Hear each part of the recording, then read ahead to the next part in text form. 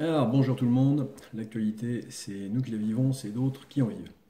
Alors, la question du jour va traiter des religions. Alors, il faut savoir que dans le monde, il y a environ 660 religions qui existent. Alors, si vous adhérez à une religion, eh bien, le calcul est simple de savoir si vous vous trompez de religion, en fait, hein, mais ce n'est pas la question du jour. La question du jour, c'est de savoir à quoi servent les religions. Financial standpoint, you are now in heaven. Alors évidemment, aussi longtemps qu'on remonte dans le monde, même au niveau préhistorique, ou même quand on étudie des peuples qui vivent dans des conditions préhistoriques, eh bien on voit que les humains, individuellement ou surtout collectivement, pratiquent des cultes religieux. Quand on étudie par exemple comme Claude Lévi-Strauss dans les années 30 des êtres humains qui vivent au milieu de la forêt brésilienne avec quasiment aucun contact avec d'autres tribus, eh bien ils ont eux-mêmes leur propre culte religieux. Et c'est pareil pour des religions qui réunissent des centaines de millions de gens dans le monde. Donc le phénomène religieux, il est aussi vieux que l'humanité et reste à savoir pourquoi.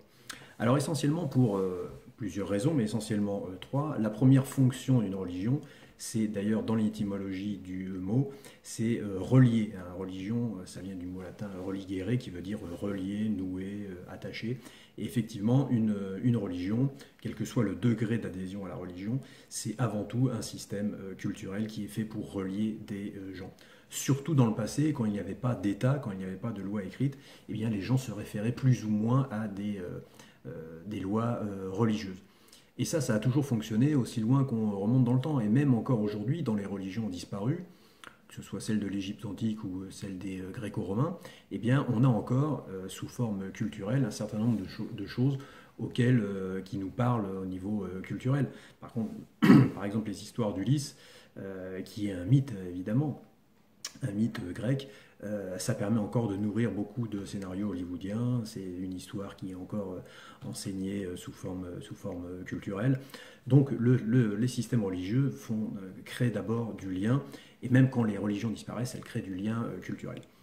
La deuxième fonction d'une religion, qui est beaucoup plus importante et qui est beaucoup plus facile à constater, c'est le caractère conservateur. C'est-à-dire que les religions sont des machines, surtout quand ils sont équipés d'un certain clergé, à fabriquer de la conservation, c'est-à-dire à essayer de conserver un certain nombre de choses, de valeurs dans des sociétés. C'est pour ça que toutes les sociétés médiévales, que ce soit d'un côté ou de l'autre de la Méditerranée, d'un côté ou de l'autre de l'Atlantique, ont toujours été des systèmes politiques extrêmement religieux. C'est-à-dire l'empereur inca, le calife musulman, l'empereur romain ou byzantin, ou même chinois, et je ne parle pas du pharaon, avaient un lien extrêmement fort avec les divinités, jusqu'à se présenter parfois comme les descendants directs des divinités. Je crois que l'empereur du Japon, il considère, ou en tout cas c'est écrit quelque part, on n'y croit pas, qu'il est le fils du soleil ou quelque chose comme ça.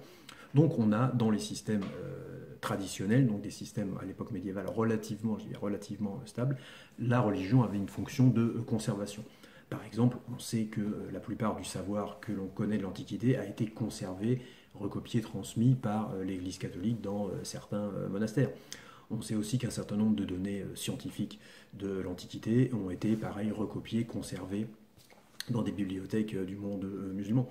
Même chose aussi si on va en Chine, où on a un certain nombre de prêtres qui étaient à la fois prêtres, savants, ce qui a longtemps été le cas aussi en Europe, à peu près jusqu'à Galilée, là où les choses commencent à se séparer.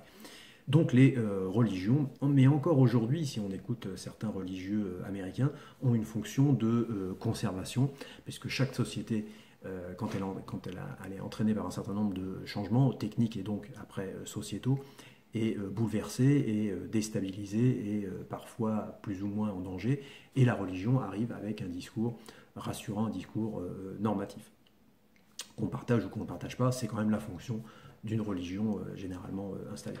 Et la troisième fonction, c'est finalement la réciproque de la précédente. Si les religions sont des machines à conserver, les religions sont aussi parfois, quand elles sont minoritaires, des machines à contester.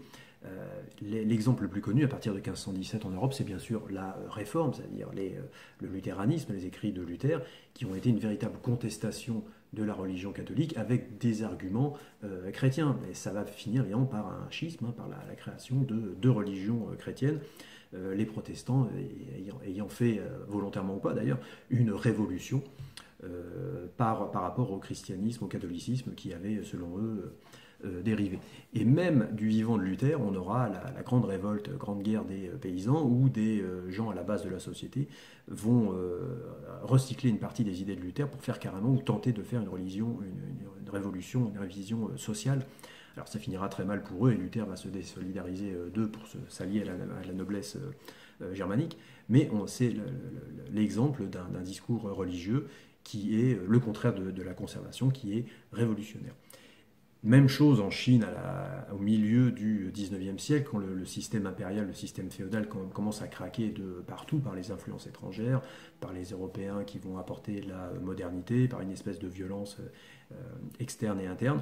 On va avoir la grande révolte des Taiping, où on va avoir un Chinois qui va sortir de nulle part et qui va dire « je suis le frère cadet de Jésus-Christ » et qui va contester l'Empire pendant des années avec un discours religieux complètement invraisemblable pour nous aujourd'hui, mais complètement révolutionnaire. C'est une histoire qui va durer des années et qui va faire semble-t-il, des dizaines de millions de morts. Donc les religions, ou la religion en général, elle a évidemment plusieurs fonctions, on en a plus que 3, mais pour s'y retrouver, il faut toujours se dire que ça relie des gens qui ont des points communs et qui n'en auraient pas s'ils n'étaient pas reliés. Deuxièmement, ça a tendance à vouloir conserver les sociétés. Et troisièmement, ça peut avoir, comme aujourd'hui avec certains terroristes, une volonté contestataire, une volonté révolutionnaire.